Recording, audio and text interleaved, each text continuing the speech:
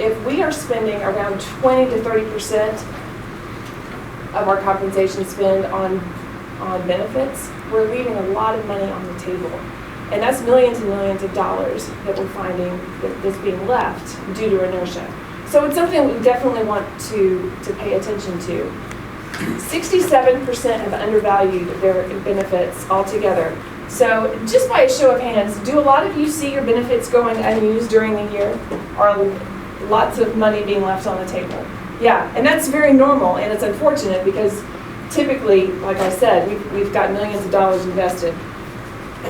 Here's the bottom line. If employees don't know about their benefits, they're not going to use them, right? And sometimes what employees don't know will hurt them. We had a man that was 2 years from retirement, and this company had all types of preventative services built in to its value plan. He did not take the time out to get his preventative services like so many of us do. We're busy, well, 2 years after retirement, he had I think stage 4 colon cancer that could have been prevented had he known. And he even came back and said, if I had known it was covered, I would have gone. I wouldn't have thought another thing of it. But he didn't. And let me also put this out here. My background is in dietetics, nutrition, sports management, personal training, and I've gotten into the wellness space with corporations, and that's why I'm here today. Please don't misunderstand me. There is definitely responsibility on the part of the employee to make sure they are aware of your benefits, correct? But we have to do a good job of getting it out there. Not just posting it, but making sure that they really understand it. All right, so I'm going to give you 2 things to start off with that don't cost any money, not really, they could, that you can implement next week when you get back, if you decide to go home from Orlando, that really will help you communicate to your employees regarding benefits. The first one is this. When you're going through your mail, you get home from work and you're going through your mail and trash, junk mail, and then every once in a while, you get a return address that makes you go, oh, better open this, like when it's from the Internal Revenue Service, right, or something like that. If you don't right now brand your benefits department, brand every bit of communication that comes from your benefits, and that goes for companies large and small. Why would you want to do that? Because every time they see that logo or that tagline or that brand, they will pay attention, hopefully, not always, but they will say, oh, this has something to do with a benefit that is due me. Because listen, we are all human. We don't want to leave a good deal on the table, right?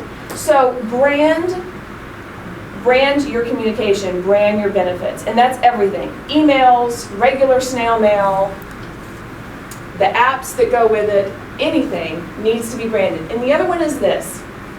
Because we don't want to let a good deal slip by, take a look historically at your benefits that have been left on the table due to inertia, the ones that people have not paid any attention to, and put a dollar amount by it, and send it to the employees as a whole and say, top 5, top 10, whatever makes sense, this is how much money employees did not take advantage of last year, and then list the benefit. All of a sudden, people go, whoa, I didn't realize we had gym memberships. I missed out on $1,200 last year because I wasn't paying attention. Or I didn't realize we had a tuition reimbursement program. That could have been worth $100,000, and I just left it there. I didn't do anything to take advantage of it, okay? So those 2 things won't cost you any money. You can implement them relatively easy. And the other one is this. We tend to, especially during open enrollment, we tend to communicate 1, 2, 3 times a year when it comes to some of our health benefits. When we do that, the employee gets a packet this thick regarding their medical benefits, et cetera, et cetera. And what do they do? What would you do if you got a big clump of information, especially when a lot of it is medical jargon you don't even understand? What is a deductible, right? What is coinsurance? I don't know. So what am I going to do with it? Later. When I need to fall asleep, I'll read it, right? Okay? So what we can do is we can piecemeal it out so that they can truly start to grasp parts of it, okay? Let's take wellness programs, for instance. Wellness programs are one of the #1 ways employers are using to mitigate the cost of healthcare, right? So we have an outcomes-based incentive structure, and our biometric screenings are in September. If we communicate in August that these are the things you're going to be tested for and these are the things you're going to get incentives for, has that given them enough notice or enough time to review the information, prepare for the test, make sure they qualify for the incentives? Not at all, and especially if we want to reach dependents, we haven't given them enough time. So start early on, start in January and communicate every month. It doesn't have to be big stuff, just those little snippets. Maybe it's just that email blast that you send every once in a while. So how will you know if you've had success?